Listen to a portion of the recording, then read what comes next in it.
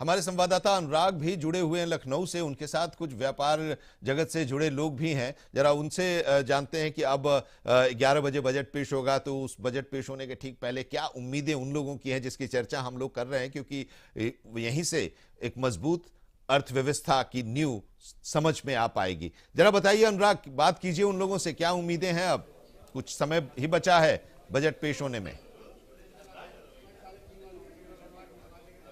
जी बिल्कुल आनंद जी, समय बेहद कम है और सबकी निगाहें जो हैं वो दिल्ली की ओर है। मेरे साथ कुछ व्यापारी हैं, आपसे शुरुआत करते हैं। देखिए, आप व्यापारी भी हैं और साथ में महिला शक्ति भी है, किचन कमांडर भी हैं। क्या कुछ मैम उम्मीद है इस बार? किचन में तो लाइक जैसे हम लोग घर भी संभालते हैं और व्यापार भी करते हैं, तो किचन में उम्मीद है जो ग्रॉसरी आइटम्स हैं या फिर जो सिलेंडर के दाम एकदम से बढ़ जाते हैं, तो इस बार इस बजट से उम्मीदें हैं कि उसमें कुछ हमें राहत मिलेगी जी। और व्यापार को लेके मैम? देखिए, व्यापार को लेके जो मेरा एक महिला होने के नाते मेरी उम्मीद है कि जो रूरल एरियाज़ की जो महिलाएं हैं, क्योंकि वो ज़्यादा पढ़ी लिखी नहीं होती हैं, तो उनके लिए कुछ ऐसे स्किल्स हों, कुछ ऐसी चीज़ें हों जिससे वो छोटा मोटा ही सही अपना बिजनेस कर सके और आर्थिक रूप से अपने परिवार को किसी तरीके से मदद कर सके इस मतलब महंगाई में। आप बताइए सर, क्या कुछ उम्मीद है? दिल्ली की ओर देख रहे हैं, थोड़े ही वक्त बाद जो है निर्मला सीतारमण जी जो है वो पेश करेंगी बजट। क्या चाहते हैं, क्या बोल रहे हैं, क्या चीज़ लेकर के आए? सर, मोहम्मद आदिल, उत्तर प्रदेश आदर्श व्यापार मंडल से। आज हम लोग बहुत उम्मीद लगाए हैं कि सीतारमण जी बहुत ही अच्छा बजट देंगी, जैसे लास्ट ईयर आया था उसी के ऊपर उम्मीद है कि जैसे कि स्लैब वगैरह है उसके ऊपर कुछ बढ़ना चाहिए, प्लस जीएसटी टीडीएस है उसको सही करना चाहिए, प्लस हेल्थ के लिए व्यापारियों के कुछ इंश्योरेंस का कम से कम 10 लाख रुपए का बीमा होना चाहिए, जो कि हम लोग कह रहे हैं काफ़ी टाइम से, अभी तक ऐसा नहीं हुआ। एजुकेशन के लिए तो देखिए बिल्कुल ही नहीं है, लोग पढ़ाई के लिए बहुत परेशान होते हैं, क्योंकि जहाँ तक आपका प्राइवेट स्कूल से इतनी हाई फीस है उनकी कि लोग एजुकेशन वहाँ कंप्लीट नहीं कर पा रहे, तो उस पर भी सरकार को सोचना चाहिए। अभी जैसे सोना चांदी इतना हाई हो रहा है, अभी फिलहाल कुछ परसेंटेज गिरे हैं उसके, शादी ब्याह में लोग बहुत उम्मीद करते हैं, लेन देन होता है, उसकी वजह से उसका भी कारोबार जैसे इस समय थोड़ा फीका पड़ रहा है। तो सरकार से उम्मीद है कि इन सब चीज़ों के ऊपर बहुत ही थोड़ा ध्यान दे, प्लस व्यापारियों के लिए हेल्थ इंश्योरेंस का कुछ इंतजाम किया जाए, जो कि अभी तक नहीं है। आइए सर, आपसे जानते हैं क्या कुछ सर निगाहें दिल्ली की ओर हैं, क्या कुछ चाहते हैं कि आप बजट में होना चाहिए? मेरा ये मानना है कि एमएसएमई सेक्टर की तरफ गवर्नमेंट का बहुत ज़्यादा ध्यान होना चाहिए, क्योंकि हम सब जानते हैं कि ग्रोथ इंजन इन जगह इंडिया का वो एमएसएमई सेक्टर है। लेकिन एमएसएमई सेक्टर अगर हम पिछले 10 साल में देखें तो 6.5 करोड़ एमएसएमईज है, कांस्टेंट है। उनका जो जीडीपी में कंट्रीब्यूशन 30% के आसपास है, कांस्टेंट है। मैन्युफैक्चरिंग में, एक्सपोर्ट्स में अगर हम बात करें तो अराउंड 48% है, कांस्टेंट है पिछले 10 साल से।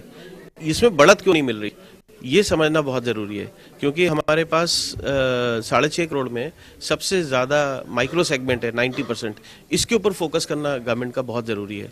तो मुझे लगता है कि इनको पॉलिसी ऐसी बनानी चाहिए कि जो माइक्रो सेगमेंट के जो हमारे एंटरप्राइजेस हैं उनको कैसे हम लोग ऊपर बढ़ा सकें, क्योंकि जब तक ये ऊपर नहीं उठेंगे तो इंडिया की इकॉनमी पे जो जिस तरीके की गवर्नमेंट की सोच है कि हमारी इकॉनमी अचीव करनी चाहिए $5 ट्रिलियन या इससे ज़्यादा की, वो हम अचीव करना हमारे लिए मुश्किल होगा।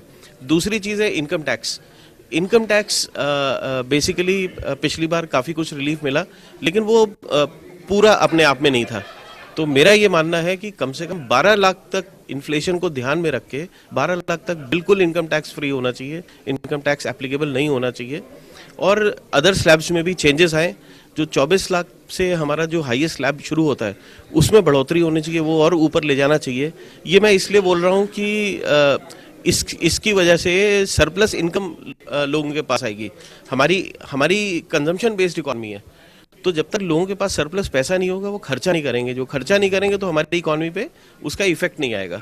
तो इसलिए हम लोग ऐसा आशा रखते हैं कि इस बार शायद इनकम टैक्स में भी एक बड़ी रिलीफ हम लोग को मिले। चलिए जल्दी से आपका से लेते रहे, आप बताइए क्या कुछ चाह रहे हैं कि बजट के अंदर होना चाहिए? देखिए, अभी तक इस सरकार का बात करें, नवा बजट है इनका, और माननीय वित्त मंत्री से उत्तर प्रदेश आदर्श व्यापार मंडल लोक संगठन लगातार मांग भी करता आया है कि व्यापारियों के हित के लिए, अगर हम एज ए व्यापारी बात करें, व्यापारियों के हित के लिए, जैसे एक व्यापारी टैक्स पेयर है, जीएसटी पेयर है, तो उसके लिए एक स्वास्थ्य बीमा होना चाहिए। और साथ साथ में अगर कोई व्यापारी के साथ मिस हैपनिंग हो जाती है, हम जिंदगी भर टैक्स भरते हैं, जीएसटी भरते हैं, तो हमारे परिवार का क्या होता है, उसके लिए एक फंड होना चाहिए। एजुकेशन पे बहुत महंगा है एजुकेशन आज की डेट में। अगर आप चाहें सरकारी स्कूलों की स्थिति आप जानना है, अगर हम लोग अपने बच्चों को अच्छी एजुकेशन देना चाहें तो हम कहाँ जाएं, 5,000, 7,000, 10,000 से नीचे कहीं फीस नहीं होती। तो एजुकेशन पे थोड़ा सा कंट्रोल करना चाहिए। जीएसटी अगर हम बात करें जीएसटी के स्लैब की, तो बहुत सारी भ्रांतियाँ हैं उसमें। कुछ स्लैब ऐसे हैं कि क्योंकि 18 है, उसी में सेम पैटर्न की और चीज़ें तो 12 है, तो उस पर थोड़ा सा काम करना चाहिए। इनकम टैक्स की बात करें तो 12 लाख रुपए तो आपने किया, अच्छा है, स्वागत योग्य है, लेकिन जैसे हम 12 से ऊपर जाते हैं फिर हम 4 लाख से स्टार्ट कर जाते हैं। तो 15 लाख की इनकम टैक्स जो है सबको बिल्कुल फ्री होना चाहिए, जिससे इनकम टैक्स पेयर बढ़े। ठीक है, क्या कहेंगे सर, दिल्ली की ओर निगाहें हैं, क्या इच्छा है? दिल्ली की निगाह यूपी से होके ही जाती है, क्योंकि डोर तो उत्तर प्रदेश ही है, और जब हमारे प्रधानमंत्री भी यूपी से, रक्षा मंत्री भी हैं, तो उम्मीद करते हैं कि अच्छा बजट होना चाहिए। 2027 में इलेक्शन भी है, तो ये बजट जो मेरी एक संभावना है वो ये लगती है कि ये शायद जो चुनावी बजट होगा और आम आदमी को राहत देने वाला बजट होगा। चलिए, बहुत शुक्रिया हमारे साथ जुड़ने के लिए अनुराग, आपका भी। और एक ब्रेक के लिए यहाँ पर हम रुक रहे हैं और इंतजार है बजट का कि अब बजट पेश करने वाली हैं निर्मला सीतारमण। 11 बजे लोकसभा में पेश करेंगी और जब वो बही खाता खुलेगा तो सब कुछ साफ हो जाएगा, जो कि लोगों की उम्मीदें कितनी उस बही खाता में दिखाई दे रही हैं। एक ब्रेक के लिए रुकते हैं, बने रहिए हमारे साथ।